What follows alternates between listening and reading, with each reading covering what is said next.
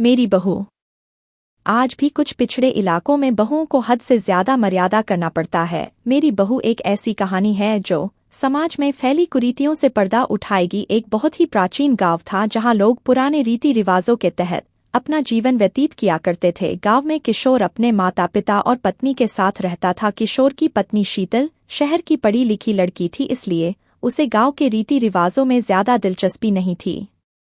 फिर भी उसे परंपराओं के अनुसार गांव के लोगों के सामने सर ढककर रखना पड़ता था। कुछ दिनों तक तो शीतल ने बड़े बुजुर्गों की मर्यादा रखते हुए यह बर्दाश्त किया, लेकिन जब उसे लगातार पर्दे में रहने से घुटन होने लगी तो उसने अपने पति किशोर से शहर जाने की बात कही। किशोर गांव में ही पला बढ़ा था, इसलिए उसे शहर जाने में कोई रुचि नहीं थी। उसने अपनी पत्नी को समझाते हुए कहा, यहाँ हमारा पूरा परिवार है और हम इसे छोड़कर नहीं जा सकते। तुम्हें यहाँ रहने में क्या परेशानी है? शीतल ने किशोर से खुलकर अपने दिल की बात कह दी। बस फिर क्या था, वह अपनी पत्नी से नाराज हो गया और जोर जोर से चिल्लाने लगा। किशोर की आवाज सुनकर उसके माता पिता भी कमरे के अंदर आ गए हैं और जैसे ही उन्हें सारा मामला पता चला तो उन्होंने भी अपनी बहू को बुरा भला कहना शुरू कर दिया। सारे परिवार की बातें सुनकर शीतल की आंखों में आंसू आ गए। शीतल को समझ में ही नहीं आ रहा था कि वह अपने पति को कैसे समझाए।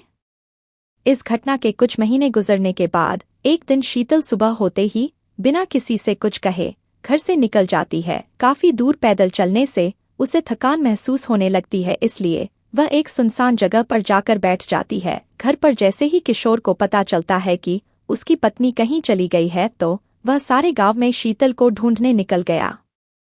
किशोर गांव के चारों तरफ जोर जोर से आवाज लगाते हुए अपनी पत्नी को खोज रहा था। जब वह कहीं दिखाई नहीं दी तो सभी की चिंताएं बढ़ने लगती है, लेकिन इसी बीच एक बुजुर्ग व्यक्ति गांव वालों से आकर बताता है कि इस गांव की एक महिला रास्ते में एक सुनसान जगह पर अकेली बैठी है। यह बात सुनते ही किशोर तुरंत उसी तरफ दौड़ लगा देता है। किशोर को भागता देख गांव के लोग भी उसके पीछे भागने लगते हैं। जैसे ही किशोर शीतल के नजदीक पहुंचा, उसे देखते ही उसके होश उड़ गए, क्योंकि शीतल अपने बिखरे बालों के साथ मिट्टी से खेल रही थी। शीतल को ऐसी स्थिति में देख गांव वालों को लगा जरूर यह कोई भूत बला है जो शीतल के पीछे पड़ गई है। सभी ने शीतल को काबू में करने की बहुत कोशिश की, लेकिन शीतल सभी को धक्का मारते हुए जोर जोर से रोने लगी। उसके रोने की आवाज किसी पुरुष की तरह लग रही थी। जैसे तैसे करके शीतल को घर लाया गया। गांव के सभी लोगों को शीतल की हरकतें भूतिया गतिविधि की ओर इशारा कर रही थी, इसलिए सभी ने तांत्रिक बुलाने को कहा। किशोर ने अपने कुछ रिश्तेदारों की सलाह से एक जाने माने तांत्रिक को बुलाया। तांत्रिक ने आते ही चारों तरफ एक घेरा बनाया और खतरे से बचने के लिए सभी को उस घेरे के अंदर रहने को कहा और शीतल के कमरे में अकेले ही चला गया। अंदर पहुंचते ही उसने शीतल को चेतावनी देते हुए कहा, साफ साफ बता दो यह नाटक क्यों कर रही हो, नहीं तो तुम्हें बहुत तकलीफ होगी। शीतल तांत्रिक को देखते ही आक्रामक होने लगी।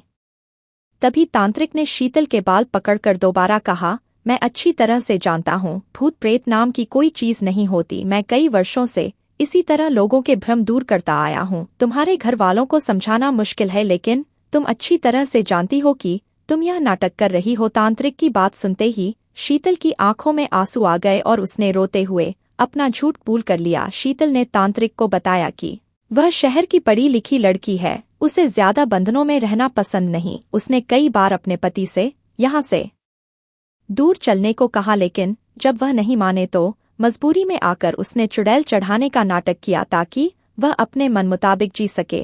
दरअसल तांत्रिक एक वैज्ञानिक था जो कई सालों से भूतों के नाम पर फैली हुई अफवाहों की सच्चाई दिखाने के लिए रिसर्च कर रहा था और उसी वजह से उसने तांत्रिक वेशभूषा अपनाई थी। उसने शीतल को सबके सामने चुड़ैल की हकीकत बताते हुए माफी मांगने को कहा। जैसे ही गांव वालों को पता चला कि शीतल अपने परिवार के सामने सिर ढकने से बचने के लिए चुड़ैल का ड्रामा कर रही थी तो उन्हें आज से पहले गांव में हुई सभी भूतिया घटनाओं पर संदेह होने लगा। तांत्रिक के समझाने पर शीतल के घर वालों ने उसे उसके पति के साथ शहर जाने की इजाजत दे दी। तांत्रिक की वैज्ञानिक सोच ने लोगों में भूतों के प्रति फैले अंधविश्वास को गहरी चोट दी थी, लेकिन यह तो सिर्फ एक शुरुआत थी और इसी के साथ यह कहानी खत्म हो जाती है।